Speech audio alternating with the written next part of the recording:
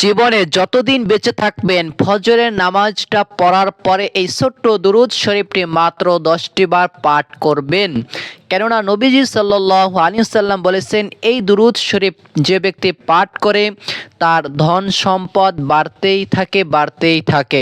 তাহলে প্রিয়দিনী ভাই ও বোনেরা, নবীজি সাল্লাল্লাহু আলাইহি ওয়াসাল্লামের একটি দুরূদ শরীফ, ছোট্ট দুরূদ শরীফ মাত্র 10টি বার এই নিয়মে যদি পাঠ করতে পারেন, আপনার ধন সম্পদ টাকা পয়সা ইনশাআল্লাহ আয় রোজগার বাড়তেই থাকবে।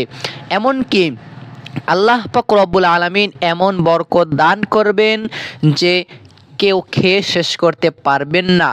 এমনকি আপনার শরীর স্বাস্থ্য পরিবার সকলেই ভালো থাকতে পারবেন।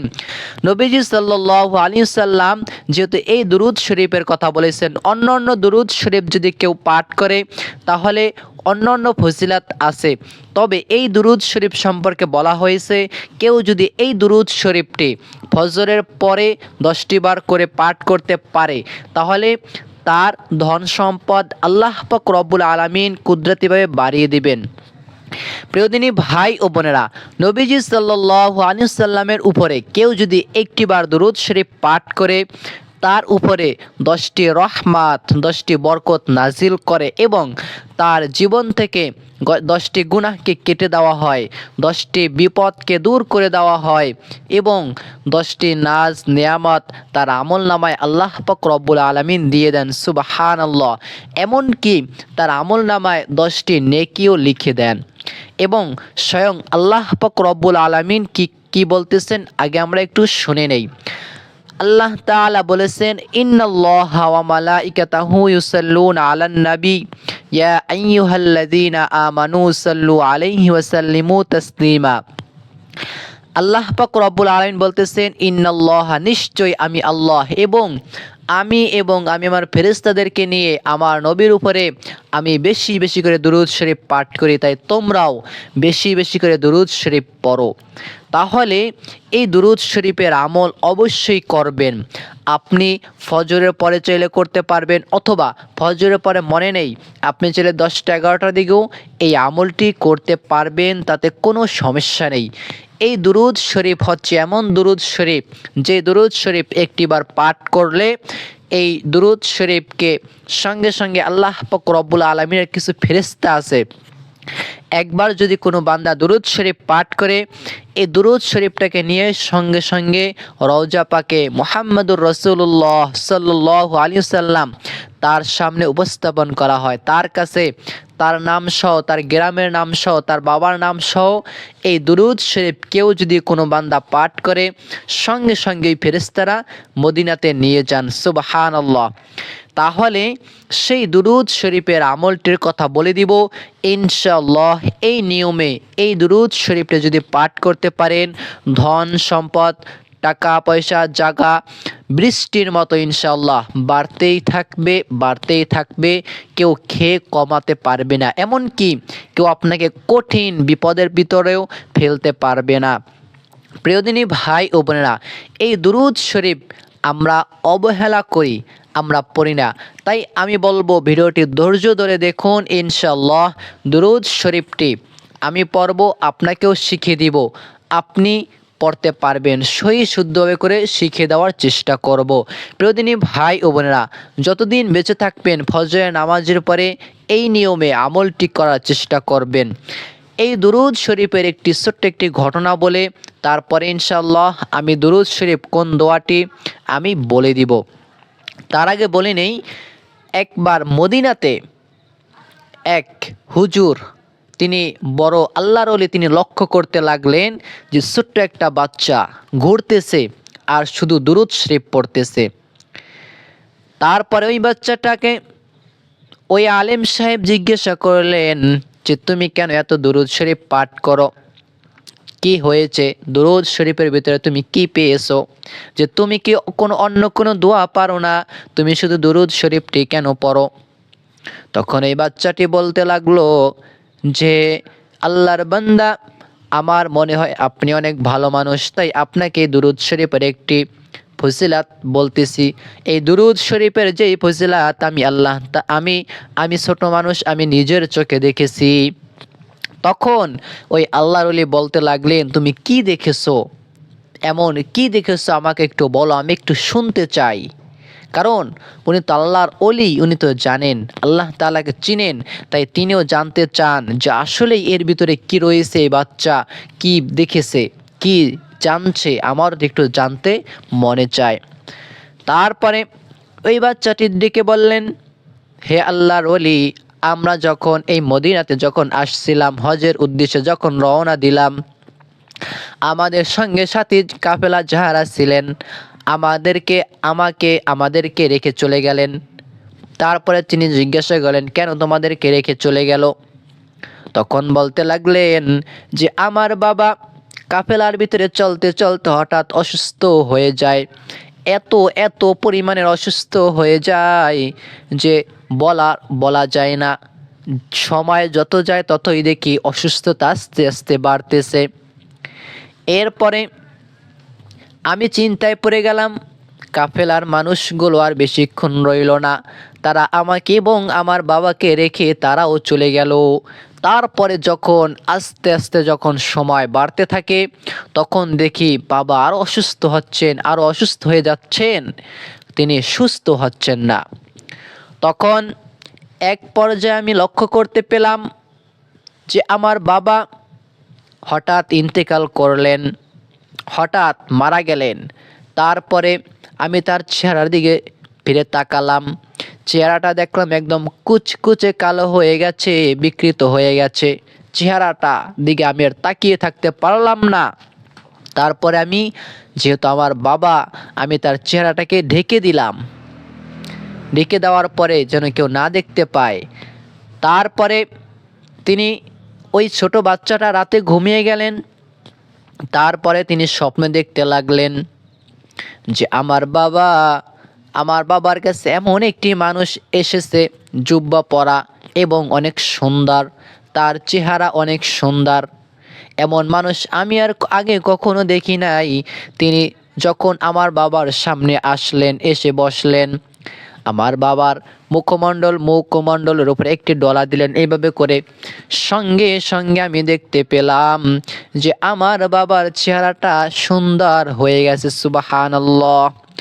এমনকি ওই লোকটা আমার বাবাকে জানাজা করলো, মাটি দিল। তারপর আমি তাকে ধরলাম যে আপনি কে, আমাকে একটু বলুন, আমি শুনতে চাই, আপনি আসলে কে? আপনি আমার এমন একটা উপকার করেছেন যে আমি কান্নাকাটি করতে করতে ঘুমিয়ে গেলাম, আপনি আসলেই কে?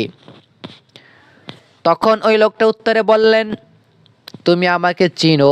বলছেন না, আপনাকে আমি আগে কখনো দেখি নাই, আপনার মতো এত সুন্দর মানুষ, এত ভালো মানুষ আমি আগে কখনো দেখি নাই। তখন বললেন, আমি হচ্ছি মুহাম্মাদুর রাসূলুল্লাহ সাল্লাল্লাহু আলাইহি ওয়াসাল্লাম। সুবহানাল্লাহ। তাকে দেখতে পেলেন এবং নবীজি সাল্লাল্লাহু আলাইহি ওয়াসাল্লামকে জিজ্ঞাসা করলেন ছোট বাচ্চাটি যে রাসূলুল্লাহ, ইয়া হাবিবাল্লাহ, আপনি কেন তাকে আমাদেরকে এত উপকার করলেন কেন? আমার বাবার কি আমল ছিল, কি কাজের বিনিময়ে আপনি করলেন, আমি জানতে চাই। আমাকে যদি না বলেন তাহলে আমি আপনাকে কিন্তু যেতে দিব না। তখন নবীজি সাল্লাল্লাহু আলাইহি সাল্লাম বললেন যে তোমার এই বাবা প্রতিদিন 200 বার দুরূদ শরীফ পড়তেন, দিনে 100 বার এবং রাতে 100 বার, 200 বার প্রতিদিন দুরূদ শরীফ পাঠ করতেন। প্রতিদিন 200 বার দুরূদ শরীফ পাঠ করতেন। প্রতিদিনই আমার কাছে ফেরেশতারা এই দুরূদ শরীফটাকে নিয়ে আসতেন। তবে আজকে সকালবেলা পাঠ করেছে, সকালের দুরূদ শরীফটা পেয়েছি, কিন্তু বিকালেরটা মানে রাতেরটার পাইনি, তাই আমি আমার উম্মতকে দেখতে এলাম। তখন এই বাচ্চাটি বললেন যে আপনি এই দুরূদ শরীফ, আপনার প্রতি দুরূদ শরীফ পড়ার ফজিলত আমি আসলেই বুঝেছি। তখন থেকে ওই ছোট বাচ্চাটি শুধু দুরূদ শরীফই পাঠ করতেছিল, কারণ তিনি নিজ চোখে দুরূদ শরীফের ফজিলত দেখেছিলেন এবং তিনি কঠিন বিপদ থেকেও আল্লাহ তাআলা এই দুরূদ শরীফের উসিলায় তার বাবাকে রক্ষা করেছিলেন। প্রিয়দিনী ভাই ও বোনেরা, তাহলে এই দুরূদ শরীফকে অবহেলা করবেন না। নবীজি সাল্লাল্লাহু আলাইহি ওয়াসাল্লামের উপরে কোনো জিকির করা যায় না, তবে যদি কোনো বান্দারা চায় একটি কাজ করতে পারে, আর সেই কাজটি হলো তার উপরে বেশি বেশি করে দুরূদ শরীফ পাঠ করতে পারে।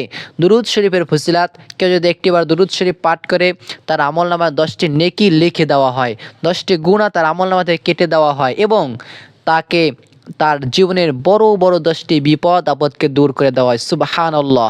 এমনকি আল্লাহ পাক রব্বুল আলামিন 10টি নাজ নিয়ামতের ব্যবস্থা করে দেন। সুবহানাল্লাহ। তাহলে যখনই সময় পাবেন বেশি বেশি করে নবীর উপরে দুরূদ শরীফ পাঠ করবেন। কোন দুরূদ পড়তে পারেন? যেমন সাল্লাল্লাহু আলাইহি ওয়াসাল্লাম, এই দুরূদ শরীফটাও পড়তে পারেন। তবে আমি আজকে একদম নতুন একটা দুরূদ শরীফের কথা বলে দিব। এই দুরূদ শরীফটা পাঠ করলে আপনি অবশ্যই, যেহেতু নবীজি বলেছেন, আপনি বড়লোক হতে পারবেন ইনশাআল্লাহ। প্রিয়দিনী ভাই ও বোনেরা, আমি অবশ্যই সেই দুরূদ শরীফটির কথা বলে দিব। অবশ্যই এই নিয়মে আমলটি একবার হলেও করে দেখুন। জীবনে অনেক ভিডিও দেখেছেন, আমল করেছেন, কিন্তু কোনো কাজে আসেনি। তাই আমি বলবো, দয়া করে আপনি হালাল উপার্জন করবেন, হালালভাবে করে জীবনযাপন করবেন, আর নামাজ আদায় করবেন। এই দুইটা কাজ যদি আপনি করতে পারেন, আপনি যে কোনো আমল করেন না কেন, আল্লাহ তাআলা আপনার আমলকে কবুল করে নেবেন ইনশাআল্লাহ। প্রিয়দিনী ভাই ও বোনেরা, অবশ্যই দুইটি কাজ করবেন, হালাল খাবেন, নামাজ আদায় করবেন। তা যে ব্যক্তি হালাল খায়, নামাজ আদায় করে, তিনি যদি দোয়া করে তাহলে সঙ্গে সঙ্গে কবুল হয়ে যায়।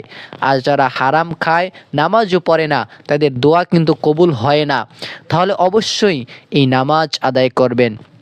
তাহলে চলুন এক্ষুনি আমি সেই দুরূদ শরীফটাকে শিখিয়ে দিচ্ছি ইনশাআল্লাহ। আমার সঙ্গে সঙ্গে পড়ুন, আমি বাংলাতে লিখে দিব, কোনো সমস্যা নেই। আপনি চাইলে স্ক্রিনশট রেখে দিবেন, পরেও পড়তে পারেন, কোনো সমস্যা নেই। দুরূদ শরীফটা আমি পড়েছি, আমার সঙ্গে সঙ্গে আপনিও পড়ুন। দুরূদ শরীফটি হলো আল্লাহুম্মা, আমার সঙ্গে সঙ্গে পড়ুন, সাল্লি আলা মুহাম্মাদিন আবদিকা ওয়া রাসূলিকা ওয়া সাল্লি আলাল মুমিনিনা ওয়াল মুমিনাত ওয়াল মুসলিমিনা ওয়াল মুসলিমাত। আবারও বলে দিচ্ছি, এই দুরূদ শরীফটি যত দিন বেঁচে থাকবেন ফজরের নামাজের পরে 10টি বার পাঠ করবেন, অথবা ফজরের পরে মনে ছিল না, আপনি চাইলে দুপুরে পড়তে পারেন। দুপুরে মনে নেই, আপনার যখনই মনে আসবে তখনই এই দুরূদ শরীফটি পড়তে পারবেন, তাতে কোনো সমস্যা নেই। আবারও বলে দিচ্ছি, লক্ষ্য করুন, আল্লাহুম্মা সাল্লি আলা, আল্লাহুম্মা সাল্লি আলা মুহাম্মাদিন আবদিকা ওয়া রাসূলিক ওয়া সাল্লি আলাল মুমিনিনা ওয়াল মুমিনাত ওয়াল মুসলিমিনা ওয়াল মুসলিমাত। আবারও বলে দিচ্ছি, আমার সঙ্গে সঙ্গে পাঠ করুন, আল্লাহুম্মা সাল্লি আলা মুহাম্মাদিন আবদিকা ওয়া রাসূলিকা ওয়া সাল্লি আলাল মুমিনিনা ওয়াল মুমিনাত ওয়াল মুসলিমিনা ওয়াল মুসলিমাত। আবারও একবার পড়িয়ে দিচ্ছি শেষবারের মতো, আল্লাহুম্মা সাল্লি আলা মুহাম্মাদিন আবদিকা ওয়া রাসূলিকা ওয়াসাল্লি আলাল মুমিনিনা ওয়াল মুমিনাত ওয়াল মুসলিমিনা ওয়াল মুসলিমাত। এই দুরূদ শরীফ যদি কোনো বান্দা পাঠ করে কবরে নবীজিকে দেখলে চিনতে পারবে, হাসরের ময়দানে নবীজিকে দেখলে চিনতে পারবে। সুবহানাল্লাহ। প্রিয়দিনী ভাই ও বোনেরা, অবশ্যই যে নিয়মে বলেছি প্রতিদিন ফজরের নামাজ পড়ে 10টি বার এই দুরূদ শরীফটির আমল অবশ্যই করবেন। ইনশাআল্লাহ আল্লাহ পাক রব্বুল আলামিন আপনাদের আয় রোজগার চারোদিক থেকে বৃষ্টির মতো রিজিকের ব্যবস্থা করে দিবেন। অভাব অনটন দুঃখ কষ্ট আল্লাহ তাআলা চিরতরে দূর করে দেবেন ইনশাআল্লাহ। প্রিয়দিনী ভাই ও বোনেরা, আমি চেষ্টা করেছি আমলটি সুন্দরভাবে করে আপনাদেরকে শেখানোর। জানি না কতটুকু পেরেছি। যারা দেখেছেন এবং আল্লাহ তাআলা সকলের দুঃখ কষ্ট অভাব অনটনকে দূর করে দেন, সবাই বলবেন আমিন। এবং সবাই সবার জন্য দোয়া করি, আপনাদের জন্য খাস করে দোয়া করি, আমার জন্য দোয়া করবেন। ভালো থাকবেন, সুস্থ থাকবেন। আল্লাহ হাফেজ। আসসালামু আলাইকুম ওয়া রাহমাতুল্লাহ।